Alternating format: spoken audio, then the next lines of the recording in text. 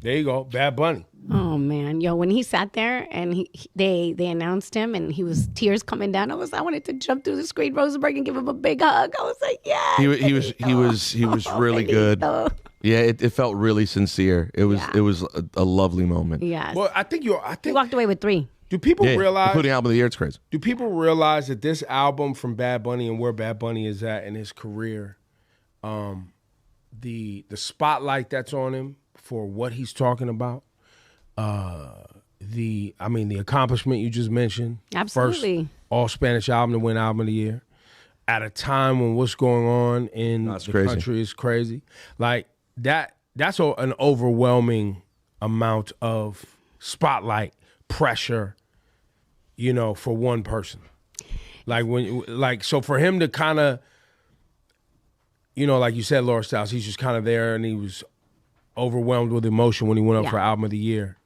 For that to be happening, you gotta give Bad Bunny some grace. And then this is a week out from the Super Bowl. I love that he still did it, showed up, said something. All these eyeballs on him. People are ready to fry. And he stays on message. He does not shy. He does not shy away.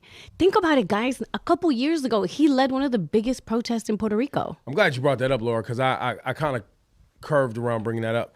Are people aware? Well, no, not that portion, but are people aware that there are politicians in Puerto Rico, politicians who serve Puerto Rican constituencies who are Republican? They hate Bad Bunny. Oh, yeah. They hate Bad Bunny. Because he's proven to be more powerful than they are. They want him out. And he's a big time progressive. During what was his name? Ricky Rosello? That was the guy that they were trying to get out, or they got out actually. It was him, Residente, and Ricky Martin. Only ones who dropped what they were doing to go to Puerto Rico and lead one of the biggest protests they've ever had. So cool. For change. And never stopped. Well, guess what? Now we have the rest of America coming after him starting next Monday. Oh. Because I don't think he's going to hold back on Sunday. I don't think so either. So. Well, he doesn't really, I don't think he really has to do anything other than what he's been doing. That's exactly right. Even if he does nothing. Even if he just does Bad Bunny. Because, his show in Puerto Rico that we went to, can you imagine how America's going to feel if the first thing they see is African drumming at the Super Bowl? You don't think they'll like it? Why? All the santeros in white. You meant that to be an F out of here. F out of here or the bomb? No, you meant the bomb. I meant the bomb because they play, it's bomba y plena. They playing the bomba. When they play the drums, man, they call it bomba y plena or bomba, and then there's plena. But a black man playing drums, I hope that's what happens. I hope he does exactly what he does in his country. He's bringing la casita? Well, I know you know. I don't know. I really have no idea. I wonder if he does bring the little house. I'm like, liar. No, I really don't. I have no idea. It's going to be turned up from what that is, though. Of course. Because honestly, his live show, while very cool, is almost somewhat scaled back. It's not like an insane. Yeah. It's a cool set, but it's not insane. Super Bowl's always, Yeah. That's what we're going to DC this weekend. Yeah. And we were talking about our plans back. And I know this won't go over well at my other job. I dead ass was like, well, as long as we just get back by halftime.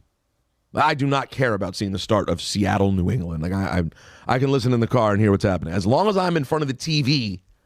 For the close. Halftime to the close. Yeah. And I do want to see the second half. From halftime on, I need to see it. But really, the halftime thing's important. So when they ask you, if they're listening right now or watching right now, anybody from ESPN New York. Yeah.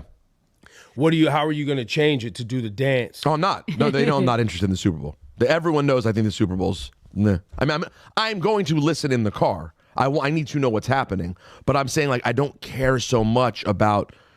There's no one playing in this game. You don't want to see New England win. No, and I'd like to see Sam Darnold play well. There you go. But I don't need to, watch every player. I'm going to, be sad. Right. It's not like one of those... You just care to see Benny. I thought you was going to get to ESPN New York and do the dance. I thought you was going to get over there I can't wait for the Super Bowl. No, I don't do that dance. I do some dances. I never see anything like that. Is it coming off? What is happening here? It is. The damn commentary was calling it, too. Oh, man. Push back. The fighter wanted Oh, my goodness gracious. Nah, he knew. He was trolling. I've seen a lot. So funny, right? I get to my mama's house, and she had some shampoo bottles under her table.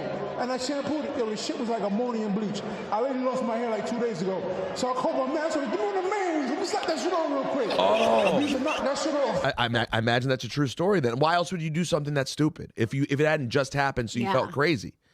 You would think just go with the baldy though, bro. Why would you do that? Just shave it all off. So I don't understand. He used shampoo that was like ammonia and bleach. Yeah, and he said it took his hair. Congratulations. I mean, you played yourself. If that's true. Nair? Oh my God. Wait, he used shampoo in his mom's shower. I think it was Nair. Nair is a lotion that you It will put rub it on right and, off. and it's a hair remover, and then you rinse it off. It's a hair remover. Well, believe me, I used to use He Nair. might have used Nair, and that's still. Congratulations. You played yourself. Dang. Wow. Teofimo Lopez got the racist beat out of him, and another man got his toupee knocked off. It was a great good night. It was a good night for the show, though. It really did get a ton of conversation. Yeah. Like when I was in Saudi watching my Instagram that day, it was all, and my whole timeline was his hair. It took over. Did it for you or no? I saw it a bunch. Yeah. It was I a definitely lot. Saw it a bunch. Does that mean am I down with black social media? No, I think you're in sports social media, and I'm finally getting my sports algorithm up. Got it. So that's really what's happening. But it had to be black too. It was everywhere. Someone losing their wig in the middle of a fight. Well, and also I saw it too, and it was in all the messy blogs. So it made the mess too. Now, did someone pick up the toupee? Because I read that he threw the toupee into the crowd. If he threw that toupee, that's a valuable toupee. No. That's a piece of history right there. Don Lemon was on with Kimmel telling his story of what went down when he was apprehended by federal agents, by the Trump regime, by the Fuhrer, and his Gestapo. And that's right. Let's check out the clip. I believe we have some B-roll. Protesters interrupted the Sunday service, and you followed them in. You interviewed various people in the church. And afterward, you were arrested. Now, first I want to ask you, is there a difference between whether those protesters had the right to go into a church and whether a credentialed journalist like yourself had the right to go in and cover them going into the church? Well, listen, obviously I'm in the middle of this, so I can't say a lot. There's a lot that I cannot say, but what I will say is that I'm not a protester. I went there to be a journalist. I went there to chronicle and document and record what was happening. I was following that one group around, and so that's what I did. I reported on them. And so, but I do think that there is a difference between a protester and a journalist. So the next day, Trump reposts something from someone saying that you should be arrested, you should be sentenced in prison for violating the FACE Act. And at this point, are you thinking, I might get arrested? Well, not until they started, the drip, drip, drip of people starting to talk about it. I think Todd Blanche and Pam Bondi and all those folks talked about it. Wow. Yeah. And so Don Lemon goes on to talk about how basically they were trying to embarrass him. Yes. And they want to intimidate. And they, because that's a great point. I didn't even think about that. What, that they wouldn't let him turn that they reached out to him. And he was already like, he can turn himself in. He has a lawyer. They reached out. There was correspondence already happening. Why would you show up with 10, 12 people to apprehend Don Lemon? Because the only point, and this is what makes them yet again so stupid. The Trump administration thought it would be a win for them to do that. I know. And we all knew immediately that is a huge win for Don Lemon. He goes on and he talks about how hard, they treated him like crap. Right. But once he was inside, that the federal agents, like the FBI, he was like, they were actually great, courteous. Well, but they weren't helpful. Because he probably got to a point where he wasn't dealing with either actual Trump sycophants. They might have just been people who have the job. And that's his point. He was like, the first batch had 30 days of training. The second batch is actually people who've been doing this for years. He's like, you can feel the difference. Yeah, I mean, listen, not everybody who's working for this administration by a long shot agrees with everything that's happening. And there's people who've been there for years. Well, and also remember, the ICE thing is very much a post 9/11. Didn't exist before. Oh, it only was created. Yes. Now, they had an immigration, right? Like there was immigration enforcement, but ICE as patrolling around, that was definitely a post 9/11 thing, starting 2001. I was listening to an episode of The Daily yesterday about Tom Homan Yep. and whether or not Democratic states and cities will play nicely with ICE. Because like previously, up until now, up until this thing got as crazy as it was, like the Obama administration, local authorities would work with ICE. No, girl. I mean, it's beyond heartbreaking, right? I remember being those ages those girls were. I remember my daughters being those ages, right? So for me, it's personally hard whenever those details come up, right? Because brings back memories of some very, very painful times in my marriage, but I have moved on from that. So whatever questions remain there of what I can't even begin to know all of it, those questions are for those people and for even my ex-husband. They need to answer to those things, not me. And I am so happy to be away from all the muck that it was there. The piece here is, remember, he was emailing about what he wanted to do, not something he actually did. She divorced him, clearly, knowing there was some muck. You know, he was doing, there was muck. Right? There was so muck. nothing, she was never infected or affected. He was planning, I mean, she was affected by his behavior, but not affected by that, whatever he was doing in that email that would have warranted him saying, hey, I'm going to slide my wife some antibiotics because I got an STD. How do I go about doing that? That's what they're bringing her into. So I kind of, in a way, feel bad for her because she's already distanced herself from the whole situation. And now she's being brought into it as if she's the one that wrote the email. That was him. Right. So what do you want her to say? Right. What is she supposed to say? I do, shout out to her because she, even though this has to be traumatic for her, but she still makes sure that she puts her pain aside and acknowledges the victims, acknowledges these young girls because they were young girls. Well, and also it's important too, Laura, because remember, while she's very sad about how her marriage worked out, she wasn't trafficked. She wasn't sexually, I mean, from what we know, she wasn't sexually abused. Right? She wasn't raped. She wasn't, you know what I mean? She, so yeah, of course. Basically, she's saying what happened to me is terrible, and I'm very sad.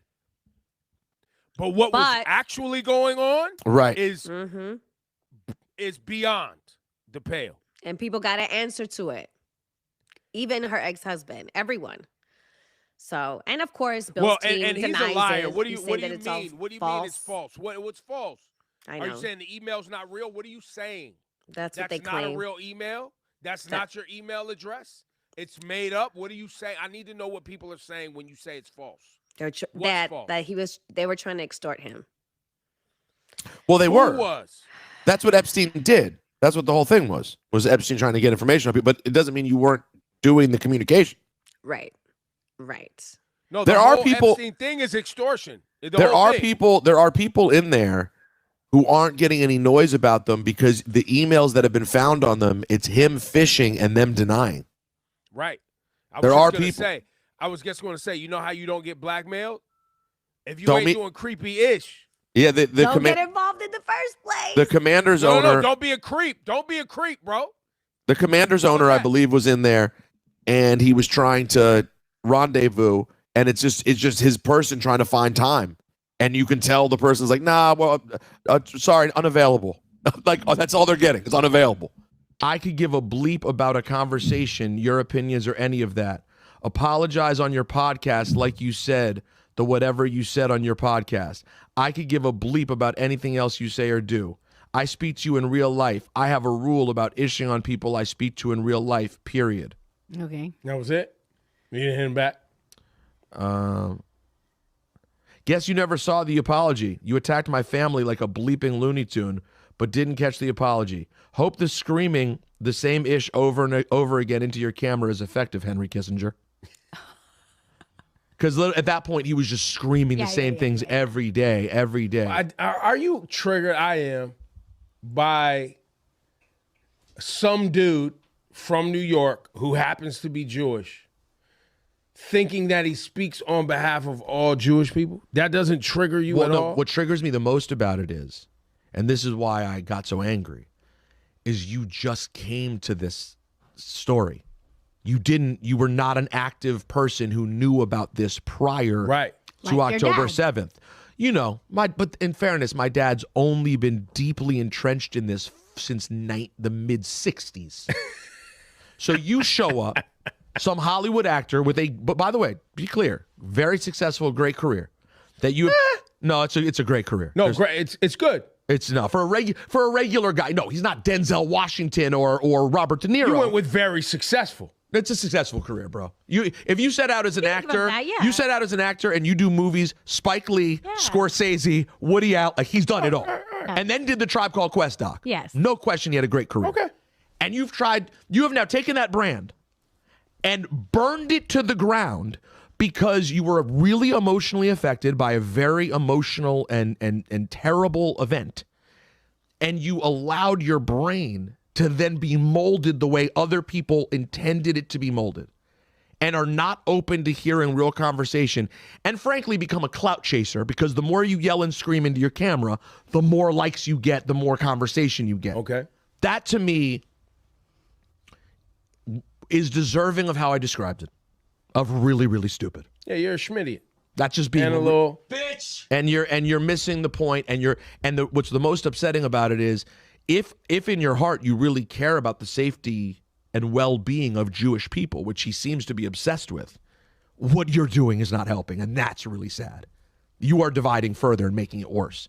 So, you know, and then the idea of like, yeah, I called you an idiot, but you had to come from my father and call him a self-hating Jew of all things? I know. Well, and then the other thing I always ask too, and we can wrap this up after this, or I ask myself this as I'm watching this play out. Do people honestly believe that this moment in history will ever just become a footnote? Where there will be some sort of forgiveness for the United States of America, forgiveness for the supporters and this current government of Israel? Do people believe that there's we'll get to the other side? I don't know. Like, what's on the other side? We don't know. Excuse me, I don't know. I don't know. Well, here's the thing, though. I pray there's somehow another side. But either way, how would there be forgiveness or any real like compassion for the people who had access to the information, the means to get the information, and all they did was from the safety and security of their own home scream about how justifying violence against and that goes back to what, you know, forgiving people or people being regretful for voting for Donald Trump. Mm-hmm. Also, you had the information. Well, it was publicly talked about. That's been a big thing. I'm curious to see if you run into because I know occasionally, not very often, you can occasionally run into Andrew Schultz. Yeah, but he's been big out here now. Like, shut up. No, and he's really. The last time I saw Andrew Schultz, I was walking in the Hell's Kitchen on my mother-in-law's birthday. Mm-hmm. And so I had the entire family, and he was going somewhere with his woman. He grabbed my arm, was like, yo, what's up, bro? I was like, yo, what's up, headed in the Hell's Kitchen. So he now has said he's like fully out on everything that's happening, and he's did not ever think it could go this way. And I don't think he's lying in how he feels about it. I think he's being truthful that he's really disturbed by it. But the question then goes, how we got here. No, but the question then goes, okay, taking that at face value, you didn't think we could get here, which means you had faith in this country and this government that we would never get here, despite people telling you that this is where it's going. So you had more faith in the government, in the marketing, than you did in human beings who were being affected or knew the history of this nation. So my next question goes, how will you find faith in this government ever again then? Or did you never have faith? Well, that's you're giving those people a lot of credit and saying they must have really just believed something positive. Okay, so then it was a grift. It had potential, and so you just decided to ignore that for the sake of the grift because now you got to sell out your Madison Square Gardens. You got your Hitler haircut. You got your Hitler mustache. You jumped on stage at the Garden, sold a bunch of tickets. You and Charlemagne did your podcast and did all your song and dance. You did all your things, got your clicks and you got your likes. And so now the new grift is, I'm going to apologize. That's what I think it is. I think it is. I don't even know if it was all the way a conscious, I'm going to grift. It was that you do this thing in your head where you're like, nah, I mean, I'm just someone who's going to interview him. I'm not gonna outright support him. I'm just going to give him the platform, and I'm just going to because we need to have conversations with people we disagree with. So I think, Laura, I'll let you go, but I think it's playing this plausible deniability game, and now it's become the worst version of it, and now you want to backtrack off of it. But to Ebro's point, everyone was saying, this is really bad. This is really dangerous. You are harming people by making this normal. That Schultz interview with Trump was right down the stretch of the election, and it was one of those moments that Trump really excels in, where he really seems normal, and you can really treat him in this way where he's relatable and comfortable. That had a factor, that mattered. So what are you going to do now with your platform beyond saying, my bad? Right. What are you now going to do? Because the milk is out of the udder. What are you going to do? But I don't think, but so that takes me back to the grift, because they know they don't have to do anything except entertain, get the clicks, and shift on to whatever the next hustle is, whatever the next trend is. And this is going so bad for Trump right now, and the ICE thing looks so bad, and you can see his approval ratings are terrible. So now you can play the other side, and there'll be a lot of, this is bad. You're right. And here's the safe landing. According to what Laura was pointing out earlier on the show and what we're seeing on social media, a lot of people are in this boat. We haven't even talked about the Epstein files. No matter what is there, people keep sending stuff like, oh, here we go. I'm like, well, and we do got to talk about Jay-Z and Push's name trying to be tied into this whole thing. Yeah, I knew you wouldn't mention that because you're scared. You want to go at Nicki Minaj, but you don't want to talk about the real criminals in the Epstein files. Says me, Psycho Barb 423. All right. No, but all right. But I guess the way I understand it is Jay-Z and Push's names were mentioned in a FBI tip line. Yes. Not in the Epstein file. Yes. They had no correspondence. There's not 1,000 emails between Jay-Z and Epstein or Pusha and Epstein. That's not a thing. And technically, this FBI tip line is not even the Epstein file. Guys, it was somebody called in and made these accusations. In 2019, by the way. Yes. But by the way, this was never investigated. It was just, I have my own theories on how all of a sudden it's like Jay-Z and Pusha. That's what I was like, let me guess. Kendrick is going to be part of this too? But he wasn't, right? But he wasn't. But it wouldn't have been shocking. I hear what you're saying. I hear where you're going. Yes. But there was no evidence, no charges, and nothing. But we have to. Are you guys saying there's some sort of like internet? These are internet? Or like, just people who felt a certain way. You're saying it's people with an axe to grind. You said axe. An axe. Oh! But here's where we have to be fair about the Epstein files. This is where what's good for the goose is good for the gander. The Epstein your name appearing in the Epstein files is not the be all end all. It's just not. And so that goes both ways. But I don't think they are in the Epstein files. I think that's the point. They're not in Epstein's files where they corresponded with Epstein, were on a flight log. But it came out in the dump. But it came out in a dump from the government, but they were a part of an FBI tip line. I think Laura's saying that they dumped that stuff in there as a distraction from the actual files, because the files are egregious. The what's the woman, Barry Weiss, her wife, the head of CBS, her wife has 1,000 correspondence with Jeffrey Epstein. So you're saying that's different than your name being mentioned once? Yes. Exactly. Totally agree with that. But we also have to remember there are sometimes things get mentioned there. When you go read what it was, you realize that what it was is someone said to someone this thing, and now that thing is in there, but it is just hearsay. And we're like, this is enough to end the person. I'm like, no, it's not. That's one person who said it to one person. Now, I'm not talking about someone like Trump who has tons of stuff in there, and we know he's close with Epstein. But there are other people who you hear get thrown into it, and I'm like, bro, just because they got mentioned. Or Prince Andrew, who they got photos of him. Well, listen, Prince Andrew's one of the... Prince Andrew, Clinton, Hillary, Trump. Well, but I think Hillary, then there's a hard part of like, you were friends with these people. I don't think Hillary was hanging out while orgies were going on. Sorry, I don't. You don't think she was not watching? The vibe I get from Hillary. Not the vibe I get that Hillary's like, oh yeah, Bill, let's get into it. They got chicks today? I don't know.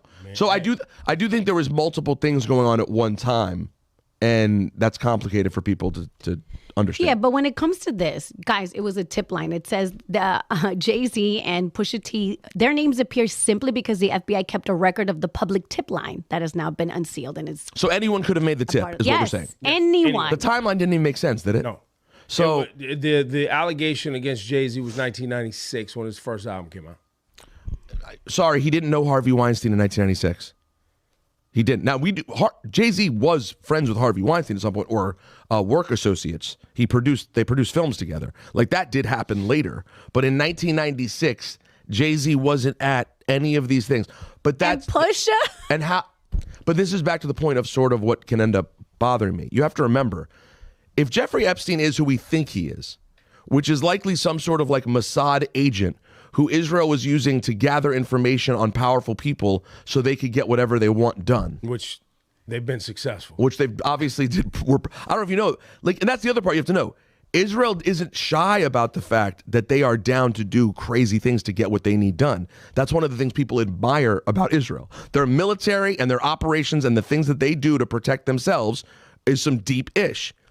If that's what Jeffrey Epstein was, you realize that he's intentionally in those emails. You can see him trying to get people caught up. It bothers me that somebody's going after Bill Clinton. See, I like Bill Clinton. I still like Bill. What do you like about him? I liked his behavior toward me. I thought he got me. He understood me. No, that's really all you need. Me. No, that's really It's nice to me. That's one of the illest things about Trump is that unlike most villains, he's not cerebral enough to ever keep things close to the vest. He just tells you. He'll let you know from the beginning where he's actually going because he can't help himself. Why do you like Clinton? You think he'd come up with some answer? Well, he respects the office, blah, blah, blah. There's no need. No. He's nice to me. So the internet's ran with a story. It hasn't been, it's all just internet talk. I just re-looked at it again to make sure I was saying it right. All right. That Donald Trump gave dome at a party to Bill Clinton. Oh, all right. That feels like a reach. I would be honest. It feels like a lot.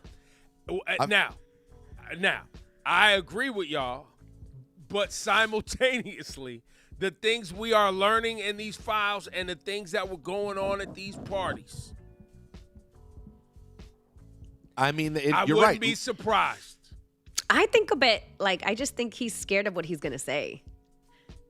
I think that deep down. Well, you're thinking logically. I'm thinking about these Epstein files where we keep being inundated with the wildest of wild stories. It's so funny. It's going to be really interesting with Bill and Hillary testify. Yeah, and I wonder how much Hillary has. Like, does Hillary really know that much? And is Bill going to keep it a buck? You know what I mean? I mean, they'll be under oath. I mean, we'll see where it goes. Yeah. Because Bill definitely saw some stuff. I got to tell you, Trump strikes me as a lot of things. Down low, sucking the D, he does not give that. Guys.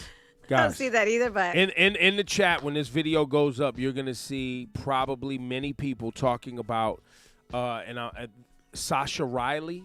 Remember the Sasha Riley story? Yeah. That was he was sexually abused, according to him, by Donald Trump.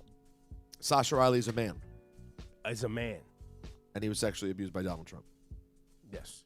In Epstein Island?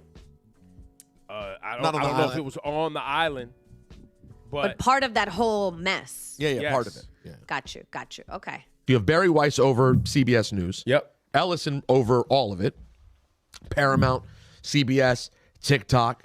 So when you articulate, I think it's important, and we got to practice this.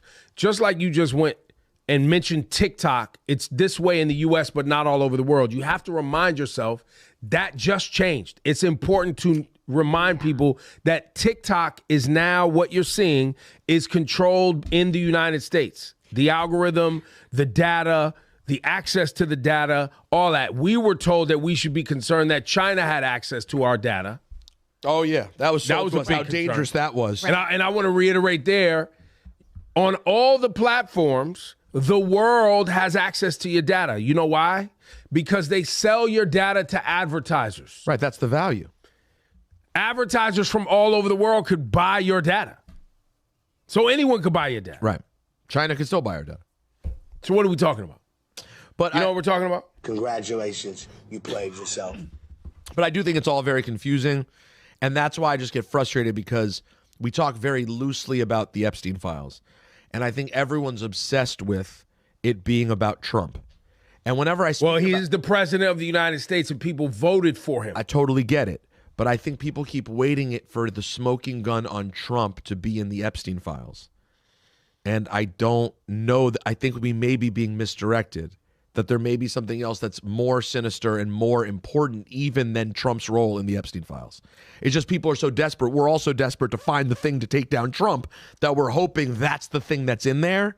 I don't know that I think he's the level of primary player that everybody hopes. Well, I think people don't want him in control of what he's in control of. So they're focused on that. Well, they think that's the way out. But the thing is, my point is, nothing's the way out. He literally held an insurrection. He's openly now trying to go into Georgia and force people to make up votes. He's going to Minnesota, sending ICE and saying, give us your voter rolls. He's doing so many more obvious things that should disqualify him from being president. But we're obsessed with, we're going to find it in there. I don't know that we are. I think that's why he's sort of confident that it's not going to be enough. And he knows his people, unless there's video or photo evidence. Hearsay. Well, there's photos. Of what, though? Of him with Epstein, that's not enough. Drawings and his birthday cards, or him saying, "Hey, what did he say in his little birthday card? Our little secret." Another wonderful secret, or here's to another wonderful secret, whatever the hell it is. But again, to your point, we need they won't concrete. They won't do but it. Also, no one turns on it. But also, this stuff has been there, right? Epstein was convicted before Trump was in office, right? So other people are knowledgeable about this that are not Republicans. Right. Right? So this is bigger than, to your point, it's bigger than just Trump. But I think people are focused on Trump because he's the president. And he's the entity that currently has the say-so to either stop this from being, tried and pushed forward, or get him being removed so that it can be. You see what I mean? He is kind of the I guess, linchpin in the whole chain. Right. So you would have to remove him and then prosecute, which I still don't believe is going to happen, because why didn't they do that before? And now they don't have the numbers to do it. So maybe after the midterms, that's why they're so scared of the midterms, in theory. They're shook. Is because once if they get control, they could do more. I don't know. It's all this. Congratulations, you played yourself. Yeah. We should all be embarrassed. We should all be very embarrassed. And mostly you if you voted for Trump. Yeah, more so than us. Less than me. Yeah. Way less than me. Yeah, no. Way less. There's some people who regret it, and there's so many who still are just supporting, and they're running out of words. I'm not here. I'm be honest. Call me a bad guy. It's tough for me to sit and listen to people talk about regretting it. Me too. I can't do it. Me too. You're an idiot. I can't do it because you knew all of this. If I knew it, you knew it.